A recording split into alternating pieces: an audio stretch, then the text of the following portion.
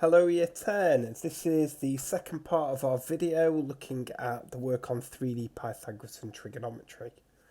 I'm going to be doing a couple more examples, this time using a little bit of Pythagoras and right-angled trigonometry, so your sine, cosine, tangent, or as my class know I like to say, SOHCAHTOA. So some SOHCAHTOA type questions. Okay, I hope you've got a copy of this sheet handy. Okay, if not, you can just work through and listen through to this video and then apply it to the questions that are provided on the task sheet. So, like I say, we're going to look at two very similar examples. We're going to start with a cuboid, and then also we have another example of a square-based pyramid. Now, should you have a question that involves 3D shapes on an exam paper, or this can be applied to any question that you do, always have a look if you can do parts of the questions with Pythagoras. Pythagoras should always be your first option in terms of trying to find an answer, and then if you can't use Pythagoras, then it's the thought about using trigonometry after that. Okay? So what you'll see in each of these questions that we try, there is a mixture of still using Pythagoras, but then using a little bit of trigonometry. So assumptions that I am going to make is just like the previous video, you are confident at applying Pythagoras' theorem, and then you are also confident at applying trigonometry to right-angled triangles.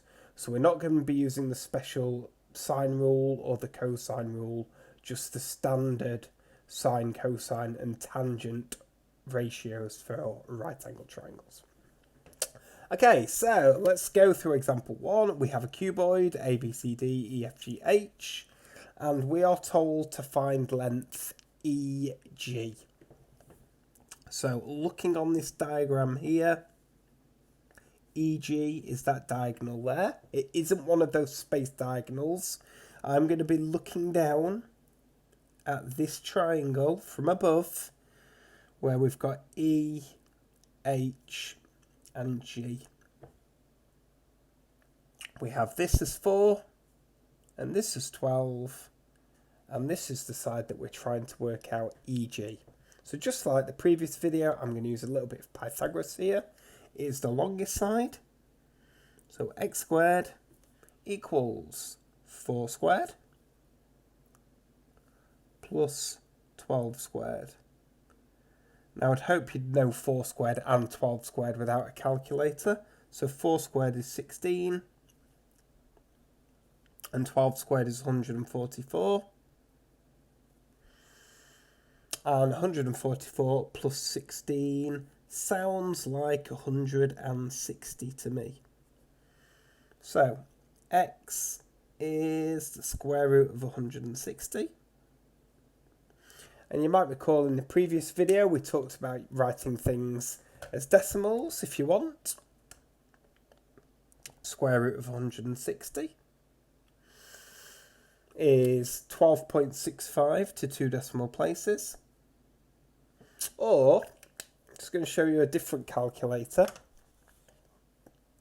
This calculator actually simplifies thirds, I believe. So if I write the square root of 160, which I think is going to be 4 root 10.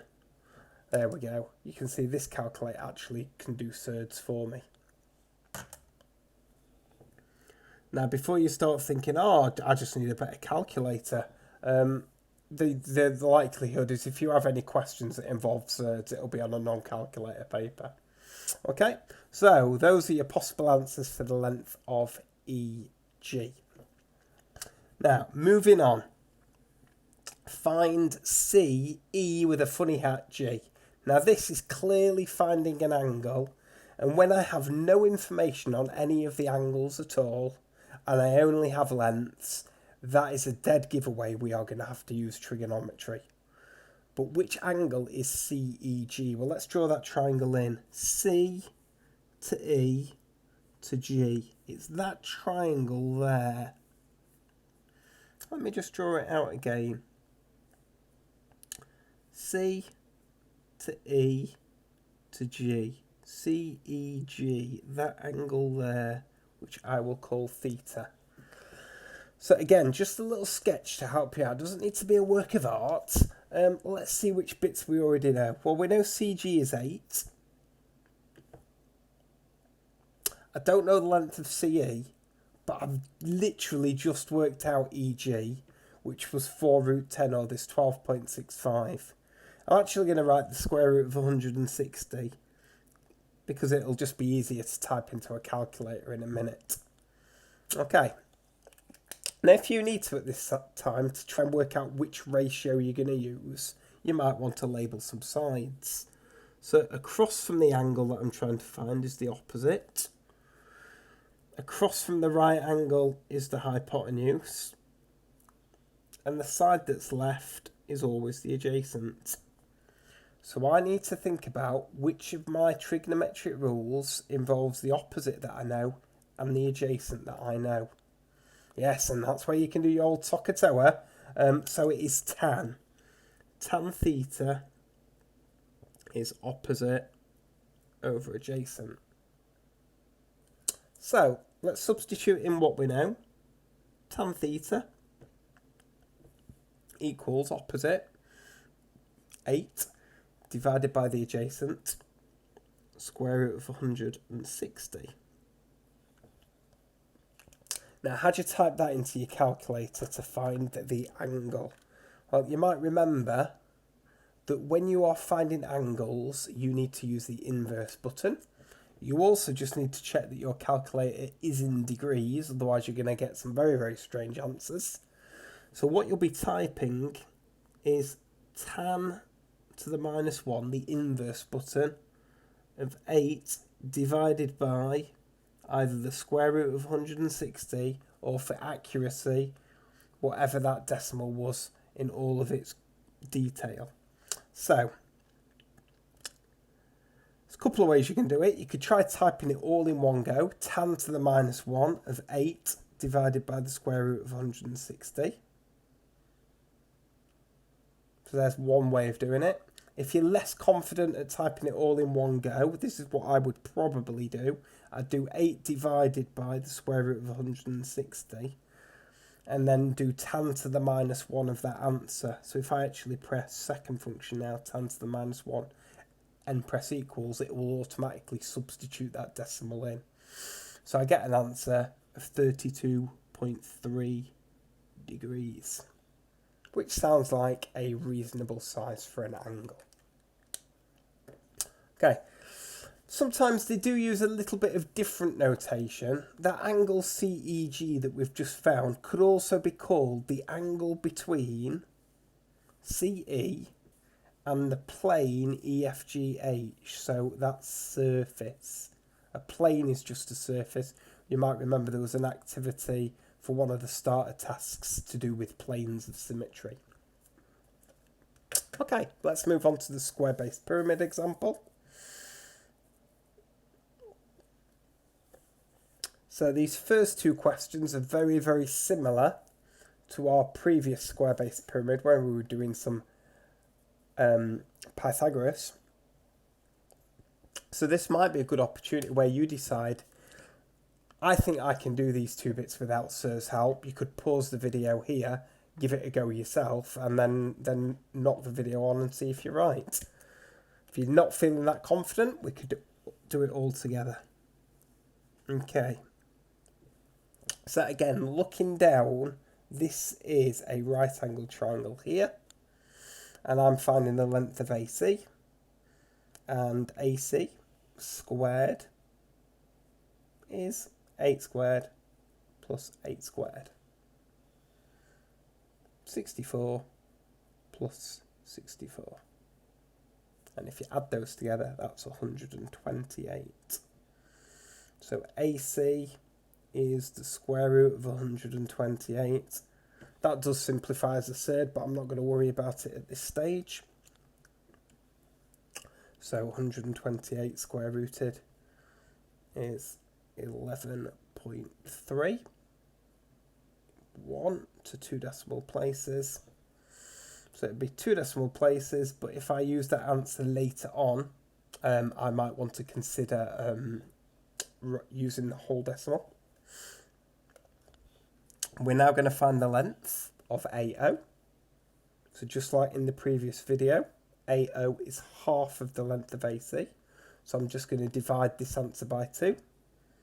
So AO equals AC divided by 2. Always try and explain what it is that you're doing. So I'm just going to take that answer that I've kept on my calculator display, divide it by 2. And that is 5.66, because that would round up if I was doing it to 2 decimal places. Okay, I'll leave that on my calculator just in case I need it in a moment. We've now been asked to find the angle XAO, and we need to make sure that the triangle that we use is a right angle triangle, otherwise we wouldn't be able to use our right angled triangle trigonometry. So let's have a look. XAO. These 3 corners gives us a clue as to which triangle might be useful. XAO. That's the triangle that I'm going to use. So I'm just going to quickly sketch it out. XAO. Okay, now I don't know this vertical height. I could do several calculations with Pythagoras and work it out, but there is actually no need. And the reason why there's no need, XAO, that's the angle I'm trying to find. I actually know AX, because if this is a perfect square-based pyramid, if this diagonal to the vertex is 10, so is this one here. And I've just worked out AO. It was my 5.6 ... So let's think about which ratio I'm going to need this time. So opposite, hypotenuse, adjacent. I know my hypotenuse and my adjacent, and the one that involves adjacent and hypotenuse is cosine. Cosine theta is adjacent, adj, over hypotenuse. So that is my 5.66 divided by 10. So again, finding an angle, second function, theta equals cos to the minus 1 of that 5.66 number divided by 10. Well, that was lucky, because I left it on my calculator. So if I divide that by 10, I then need to do cos to the minus 1 of that number. So I'm going to press second function, cosine, and if I press equals, it will automatically input that previous horrid decimal. And there is my angle. So that one comes out as 55.6 degrees if I was doing 1 decimal place. So there we go, year 10. I hope that has been useful to you. I hope you've followed it. If you've struggled, again, by all means, get in touch with me. It is not a problem. I am more than happy to help. Good luck with the activities, but for the time being, that's me signing out until next time. And goodbye.